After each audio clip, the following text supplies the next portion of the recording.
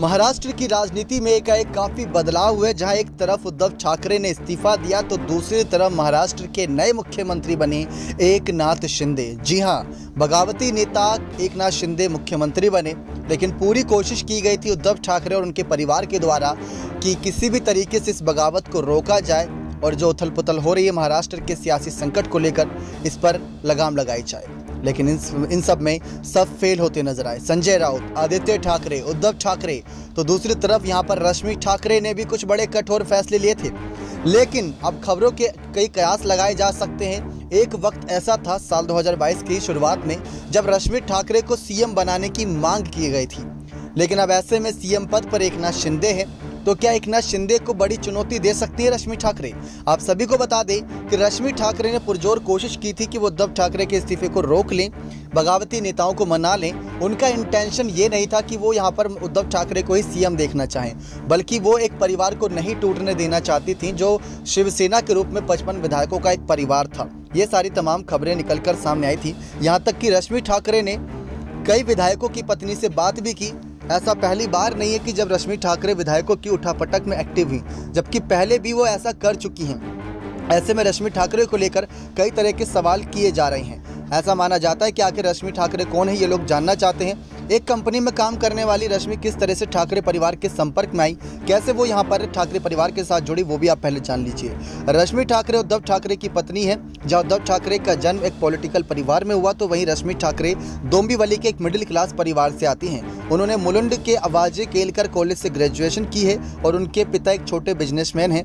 उद्धव ठाकरे से शादी से पहले रश्मि ठाकरे सामान्य नौकरी करती थी और फिर उद्धव परिवार के संपर्क में आई और उनकी शादी भी। कहा यह भी जाता है कि उद्धव ठाकरे को राजनीति में आगे बढ़ाने के लिए रश्मि ठाकरे काफ़ी कुछ यहाँ पर पुरजोर कोशिश की और रश्मि ठाकरे के कहने पर उद्धव ठाकरे ने राजनीति जैसे एक दांवपेच में बहुत कठोर फैसले भी लिए और सही समय पर कदम भी उठाए। रश्मि ठाकरे के बारे में आपको बता दें कि उद्धव से शादी के बाद रश्मि ठाकरे ने शिवसेना के मुखपत्र सामना के एडिटर के रूप में कार्य भी संभाला। इस पेपर की शुरुआत बाला ठाकरे ने 1982 में की थी और उनके निधन तक यानी 17 नवंबर 2012 तक वे एडिटर थे। बता दें कि जब 2010 में भी वे शिवसेना ने जोड़ तोड़ से सरकार बनाई थी, तब भी रश्मि ठाकरे एक्टिव नजर आई थी। उस दौरान जब विधायकों को मुंबई के एक होटल में रखा गया था, तब भी उन्होंने शिवसेना विधायकों से मुलाकात की थी। इन सब के बीच आपको ये भी बता दें किस तरीके से रश्मि ठाकरे को नए सीएम बनाने की भी मांग की थी। आप सभी को बता दें साल 2022 की शुरुआत में ये कहा गया था कि उद्धव ठाकरे बीमारी से ग्रसित थे, जहां पर उनको लेकर कई तरह की बीमारियां यहाँ पर बताई गई थी। उन्होंने खुद बीमारियों पर खुलासा किया था, सर्वाइकल जैसी बीमारियों पर खुलासा किया था। तो यहाँ पर आपको बता दें कि एक शिवसेना के ही नेता ने यहाँ पर रश्मि ठाकरे को नए सीएम बनाने की मांग की थी। अगर उस समय रश्मि ठाकरे सीएम पद पर होती तो क्या तब भी बगावत होती? सवाल यही है।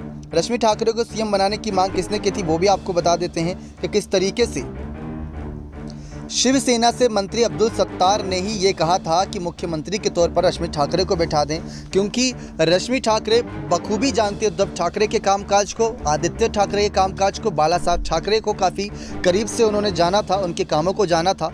तो ये बातें निकलकर सामने आई थी कि रश्मि ठाकरे को तब सीएम बना देना चाहिए था। आपको बता दें उन्होंने ये भी कहा था कि महिला सिर्फ घर के कामकाज के लिए नहीं बनी, बल्कि वो राजनीति में भी सक्रिय होकर राजनीति कर सकती है। तो वहीं बीजेपी के कई नेताओं ने भी ये सलाह दी थी कि रश्मि ठाकरे को सीएम बना देना चाहिए थे, लेकिन शिवसेना तब भड़कती नजर आई थी। तो ऐसी तमाम यहाँ पर बातें निकलकर सामने आई थी। लेकिन रश्मि ठाकरे जिस तरीके से अपने पति उद्धव ठाकरे की जो गरिमा है, सम्मान, उसको बचाने के लिए इस बार काफ़ी एक्टिव नजर आई, लेकिन कामयाब नहीं हो पाई। एकनाथ शिंदे सीएम बने और बगावत हुई। तो क्या यहाँ पर सीएम पद को लेकर कुछ वापसी का जो ऐलान यहाँ पर किया उद्धव ठाकरे ने, क्या उसमें रश्मि ठाकरे बहुत बड़ी भूमिका निभा सकती हैं? क्या उनको किसी बड़े पद को लेकर यहाँ पर आगे किया जा सकता है ताकि वो खुलकर राजनीति कर सकें? ये तो आने वाला वक्त ही बताएगा। ये सारी खबरें कयासों पर आधारित हैं। नेक्स्ट 9 न्यूज़ रूम की रिपोर्ट।